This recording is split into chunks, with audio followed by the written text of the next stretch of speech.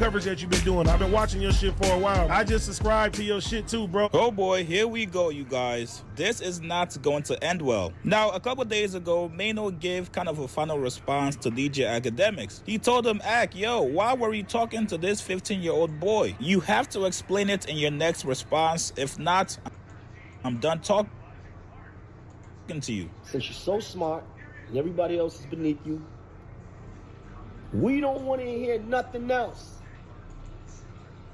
about nothing else until you explain to us in detail. 100%. We need to understand. That's it, man. I ain't got nothing else to say. It ain't even, we don't even have to talk no more about this. Just let it go. Let it go. If you guys did not watch that video, make sure you guys head over to the Let's Rap About It podcast page to go watch it. Now, seemingly, this was supposed to be the last response, the last engagement, the last back and forth between Akademiks and Mano. We saw Charleston White try to jump in, try to sneak in to get some clout from this situation between them, which Mano put out a message saying, yo, I'm not engaging with you because you're a troll. Well, today, the Grandmaster of Trolls, Wack 100, has officially jumped in as well. Now, I'll be honest with you guys. I didn't think Wack was going to jump in this early. Him and Mano have had conflict in the past. From what it looked like, both sides didn't fuck with each other, but they seem to have a certain level of respect for each other. But you guys know how it goes on these internet streets, especially when it comes to Wack 100 and Charleston White. These guys make money by attaching themselves to any relevant situation going on. That's how they get booked for interviews, podcasts, shows. If they see conflict on social media, best believe these guys are going to find a way to jump on the train. Now, last night, Wack 100 called up DJ Akademiks while he was on stream. He went on to call Mano a cloud chaser. He also brought up the situation that Mano had while he was in prison. And of course, as you guys know, Wack 100, he has dirt on everybody. According to Wack, Mano was apparently homeless at a certain point in time. Here's what he said. Mano be mad at Akademiks about what he said about another rapper who had nothing to say about it. Yeah. He clout chasing. That's good. Glad you're good, bro. I realized, so I stopped responding to him. Glad you're good, gang. Yeah, I'm he 30. had nothing to talk about. He's 30 over there. Yeah. What the 30. fuck do you give a fuck about what he said about this dude's fucking headband or clothes when he don't give a fuck? Yeah. He clout chasing, bro. Mano been over with. His biggest claim to fame, respectfully, forgive me for this, Hitmaker, was slapping Young Bird. Like, come on, bro. Yeah. Stop it. Yeah. Stop it, Wack. Bro. Nigga said the biggest thing Mano did was smack Young Bird. Stop it. My son had like one good song, maybe two. High hater, you see me, whatever shit he had. He had another one. I just can't remember off the top of my head. What's the other shit? Only above. Yeah, he had some shit. He had like two good songs. They ain't gonna say he only live for that. You smacked Young Bird? Yeah, you don't remember that? Oh, man, I didn't know that. He been smack Young Bird. Hitmaker? Yeah. They took his shit and all that, I think. Word, they robbed him? I think. Now, guess what? Don't quote me, I might be wrong. I talked to I know he smacked him though. Bar, the one that put that 50 across Mano's face. What? I think I got the audio. I got some audio. Boxing Bar that put the $150 across Mano's face. Boxing Bar just scored 45 again. No, hell no. Boxing Bar's still alive. I talked to the Look at that cut, Mano. I can find the records for you. It's a fact. And Mano ain't killed shit. Unless something happened to him recently, but I know I definitely talked to him. He was slammed back down. I thought I watched he got like 20 he years. was talking about. He was like, "Yo, who cut me like he dead?" I was like, "Oh shit, that's some boogeyman shit." Hell no, yeah. Everybody know who cut Boxing Bar, right? I got an interview with telling me how it happened, when it happened. He's the one that put it out there that dude allegedly did some telling at the precinct before they sent him to Rikers Island or some crazy shit. I don't know, bro, but I do know this. I also talked to his girl, the one that was involved in that Troy Ave case, who told us Mano was a bum, sleeping on her fucking couch. She had to get away from us, laying around, hoping to get some money up out of her, but she disappeared on his ass to Atlanta. Come on, man. Come on. That's whack. That's whack, man. I mean, whack. Well, his name is Whack, so what I'm saying is whack, and his name is Whack. Why am I surprised? What?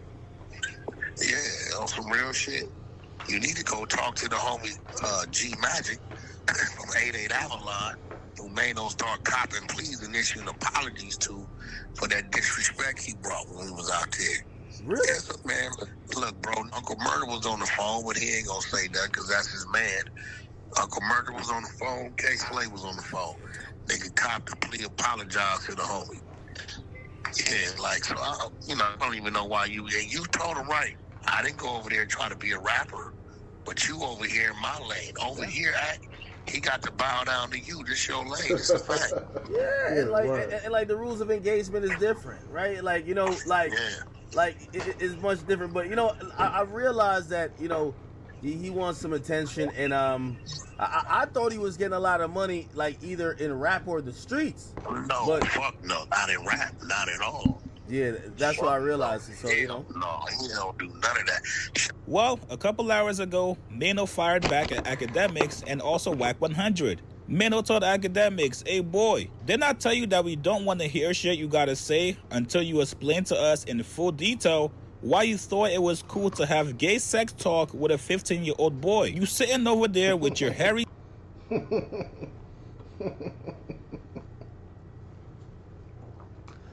AI motherfucker, look at him. He made an AI picture.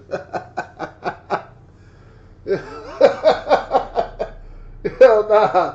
Yo, big ass jeans. Titties, listening to this punk ass Wack 100, go ahead and believe his pussy ass if you want.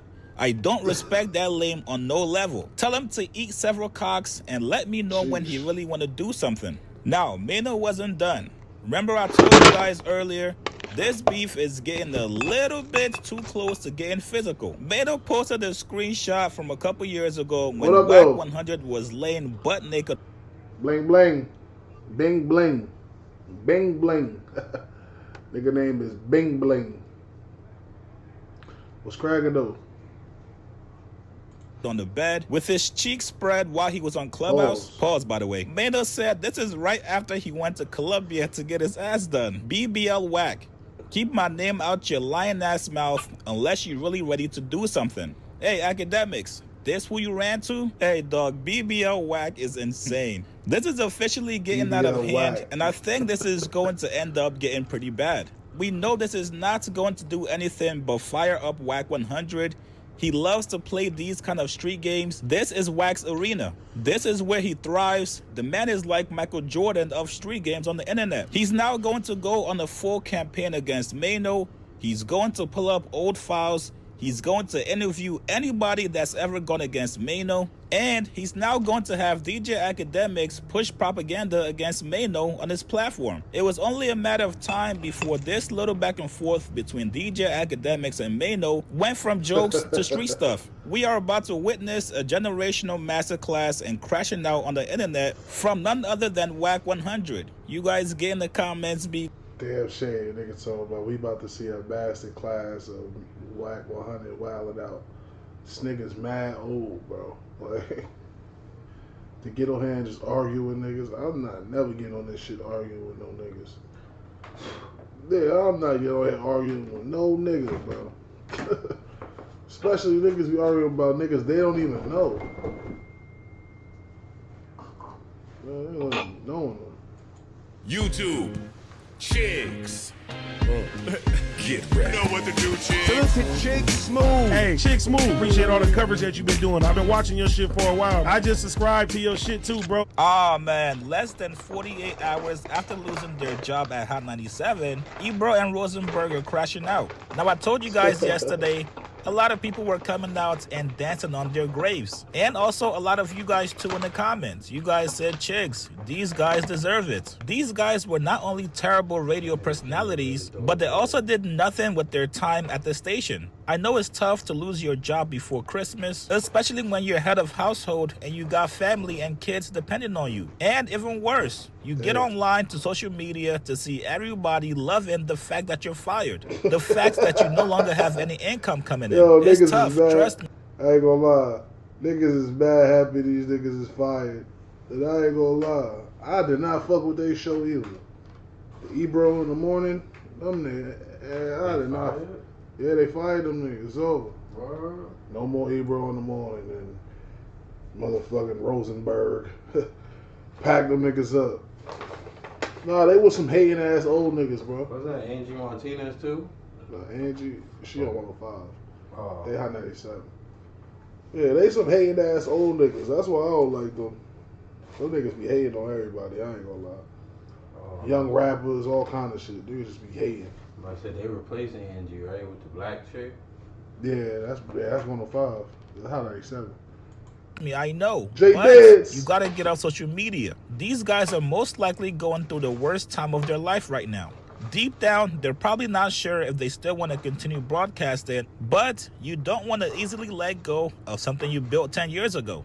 And on top of that, you now have your two worst enemies in Akademiks and Drake clowning you for it. Normally, when people get fired from a long 10-year job, they get off social media for a couple weeks just to let the noise die down a bit. But not when it comes to Ebro and Rosenberg. But you at least gotta make it look believable that you're not bothered by being fired. You know when you break up with a baddie and you're depressed, you try to feel better so you go to the club and the thought is there? You can't let it see you sad and miserable. Nah, you gotta turn up. You gotta buy every bottle in that club. Invite all the girls in the club to your section. Yeah, her friends too, just not her. She gotta be in Gen Pop. You gotta have a ball and fake it till you make it, baby. This morning, Peter Rosenberg responded back to Drake for clowning him. After Drake put the axe emoji on Instagram yesterday, Rosenberg said it's behavior like this that has made it impossible for people to defend the whack shit he does. But happy Hanukkah, my one-time pal. I truly wish you well, even if you're celebrating what you believe is our demise.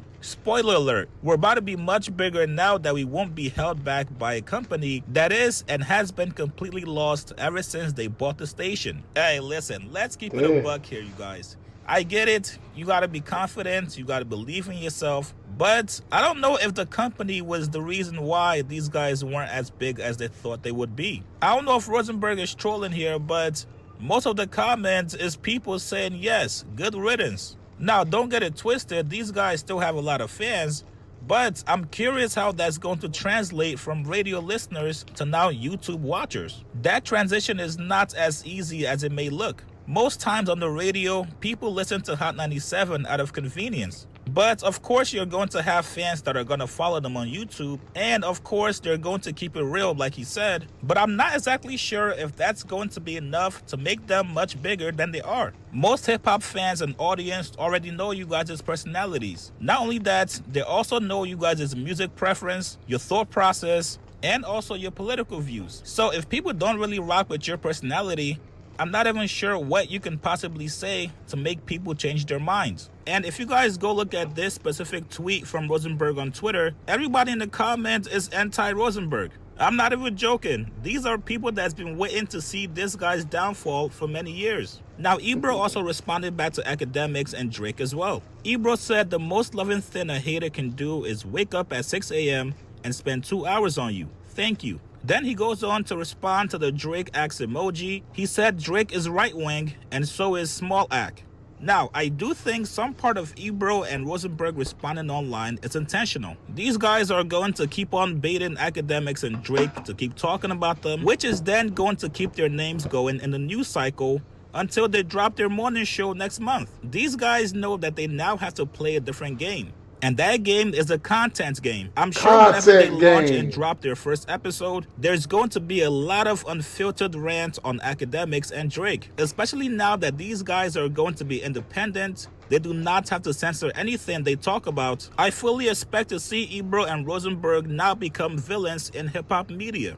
I wish I had them niggas, man.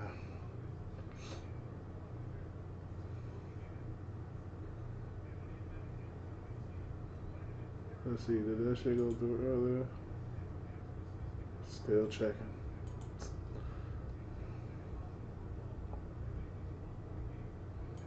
Now, when it comes to 21 Savage, well, now, if you are ready to see how after releasing his brand new album, What Happened to the Streets, and seeing the reception from, I think they're gonna actually be bigger. To be honest, I think they'll be bigger now, cause you know on the radio you're censored. Now they uncensored, so hopefully they come online and they pop their shit for real. Yeah, hopefully they pop their shit for real and don't be on some you know.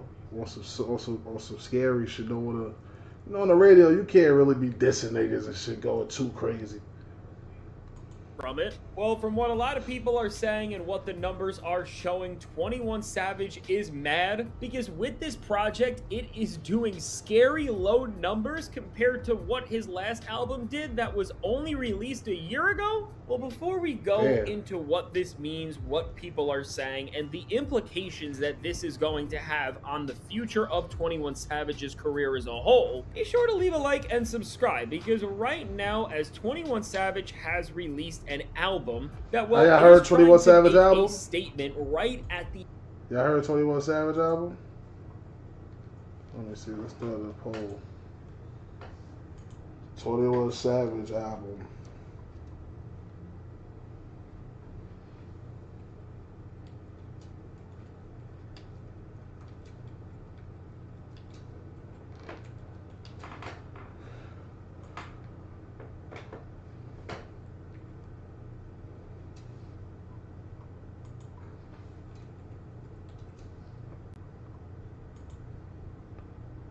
The end of the year. He has managed to turn a lot of heads, not just by dropping in Q4, but now with the early reception that the record has got, he is getting absolutely humiliated right now, and it's all because of the stats that were released after the record's first day of streams, which now what came out is that the record received 13.1 million streams in its opening day on Spotify, which seems alright, but then when you see that his previous album debuted with 42.1 million streams in only 2024, that wasn't that long ago, that's a huge drop off. And then when you see 21 Savage's other opening day streams in the rest of his career and really see how since he became the star that he turned into, well, you can see that run from I Am Greater Than I Was, Savage Mode 2, Her Loss, and American Dream all comfortably outstreamed this. Well, 21 Savage is getting absolutely dragged for this, and people are saying that he fell off, he is on the brink of irrelevancy,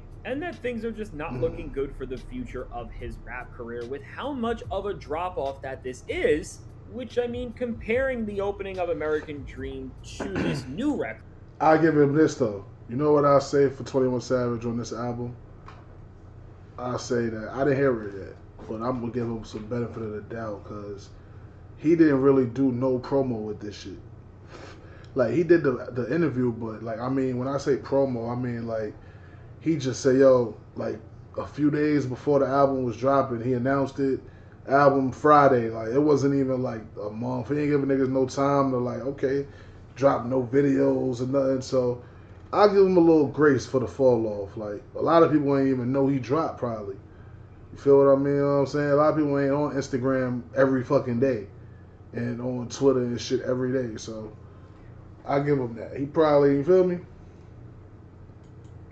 It's only managed to retain about a third of the audience that tuned into that project day one, so however you do want to frame it, and while numbers don't inherently matter, they can be a good indicator to see how people are listening and how people are responding to projects and how the interest is in artists as a whole, and you can't deny that what we are seeing from 21 Savage is very concerning. And I mean, when you look at the rest of the opening day Spotify streams for albums released by rappers in 2025, you see the territory that 21 Savage has fallen off from, as well there's a lot of albums, and at that from some surprising names like Mac Miller, who only ended up having an official release of an album that was made and heard for the most part years ago, and then Lil Tecca and even Central C and names like that. And I just want to say quickly, while the Drake stans are trying to have some sort of a gotcha moment and say that 21 Savage still outstreamed the Clips, and they also tried to call out the streaming debut of Nas and DJ Premier's new album Light Years and act like that was some sort of a gotcha moment as it only got a little over 2 million streams, what's important to note with those older acts, and it's reflected within their actual first week numbers,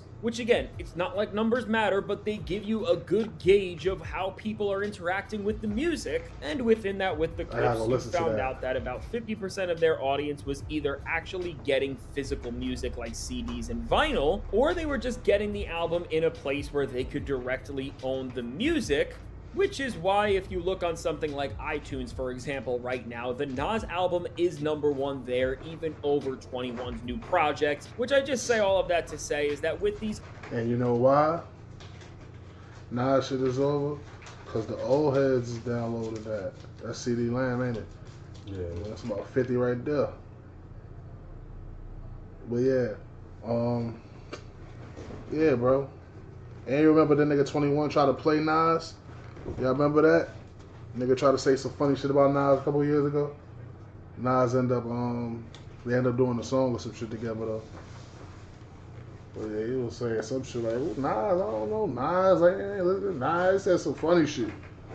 Artists who are not from the streaming era and who have not emerged within the last 10 or 15 years even, the way their music interacts with the world is completely different, and it's not a one-to-one thing. And so even when you see that and see now how the difference between the Clips, who only 50% of their listeners really came from streaming, and then 21 Savage, well, only had a difference of about 2 million streams. Well, if that isn't a sign of the times and a sign that hip-hop is changing, I don't know what to tell you. But really, when it comes to these numbers, which do just seem surprisingly low, because 21 Savage would be a name that just a year ago would have had a top 3 debut on this list. Well, there's a lot of important things to understand about this new album from 21 Savage, the bar he is really setting, and what this is showing for the future of hip-hop, and specifically within that, the future for his side in hip-hop. Well, is that their stuff has never been in lesser of demand since they have been in the limelight altogether.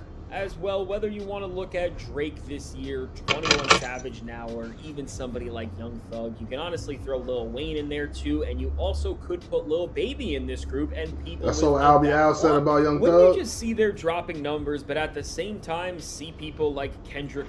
Damn, 75 million first day listeners. What? Damn.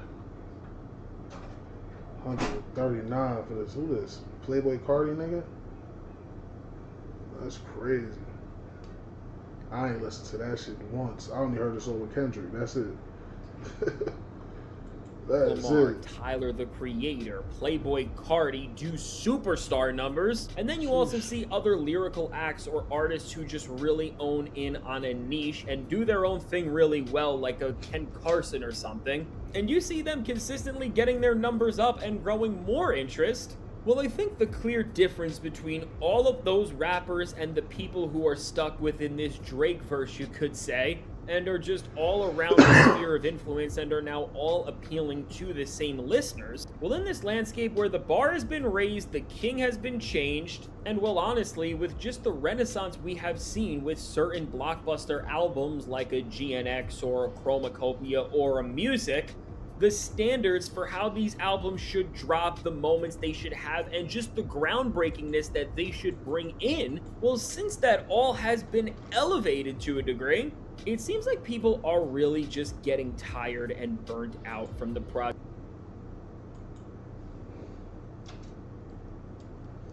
What's I call Young Thug a rat? Oh, no. He called Young Thug a rat, y'all. I said, Albie Al, real nigga.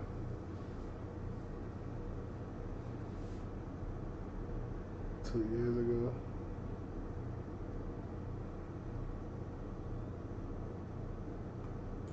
Boy did what he did, right?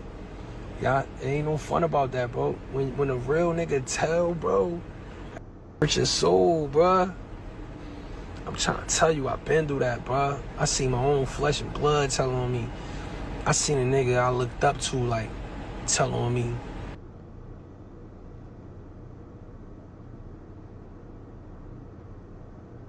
Ones who don't know me, that's why y'all reacting the way y'all reacting. And I personally don't give a fuck. I've been said that. I don't care if you my brother. If you snitch, you cut off. So I ain't discriminating on that. I've been said something about Doug. So I've been said something when his interviews first came out and all that shit started leaking. I'm like, Thug, you a rat. Used to think you tough. You feel me? So that's how it would go. Only reason I said something again, I seen the 21 Savage. He did the interview with the nigga Big Bang. And he was like trying to defend the bullshit, the fuckery. You feel me? And I'm like, nah. You feel me? So I'm just like, yo, nah, I gotta say something about that. And it's just my platform. I'm saying, whoever picking it up. I'm just saying with that shit. I ain't with that shit, period. We against that.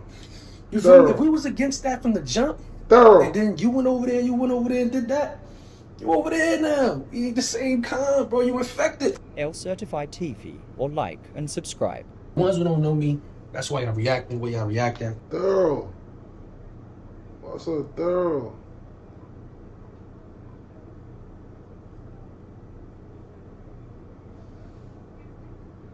My son said, that nigga told.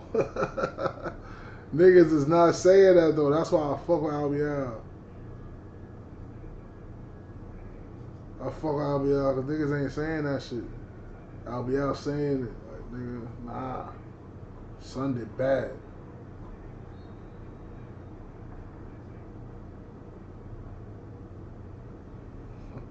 Bobby Shmurda got beat up. Shit crazy.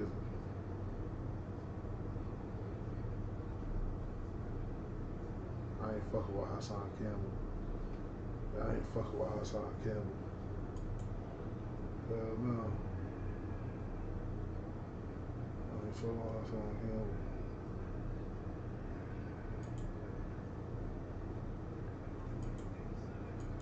Nothing gonna be found illegal, correct? No, nothing.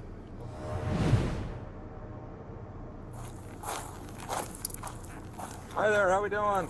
How are you, sir? Good, good. Hey, the reason I'm stopping you is that cracked windshield. Oh yeah, I last night and when I stopped in Las Vegas, I drivers the big semi broke down. Oh no, just last night, huh? Last night. Sorry for that. I don't have a choice. I'm gonna start somewhere for replace. Yeah, yeah. It's the Labor Day. Sure. Well, let me see your license and your paperwork.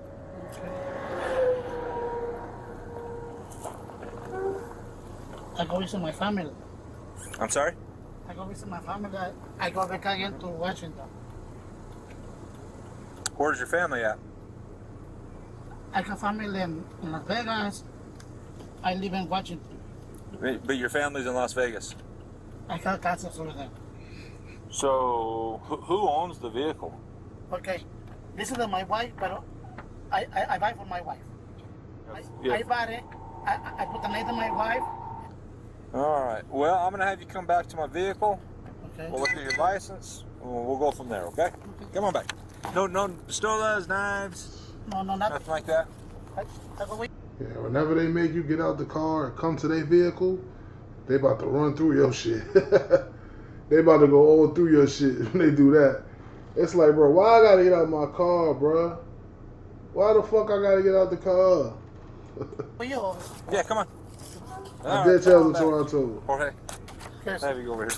Can I check you for knives? No, Guns? I don't have a knife. I don't have a knife. Can I check your pockets? Oh yeah. Okay, no. All right, I'll be sitting right over here, okay? So how long have you been in Vegas for? 3 days. Oh, 3 days? Yes. Okay. I don't play casino. I love play casino. Oh. I win 700 right here in this place. Casino. So you got problems with your license, my friend? What happened? Suspended. Why? You didn't pay a fine. On And you have a warrant out of New Mexico. New Mexico? Uh-huh. For failing to pay a fine or something. I don't remember that. You get a ticket? You got a ticket in New Mexico? No. I got a ticket in Washington and Arizona. I paid that once. Somebody used my name a long time ago. I know that because somebody stealing my ID, I think 15 years ago. Well, maybe that's what it was. I don't know. Something happened, but somebody stopped me too. He said, I have warrant over there in New Mexico. I said, it's not me. It's not me. I never live there. I said, it's I live not in me. Arizona, Washington, and California. You been traveling at all this summer?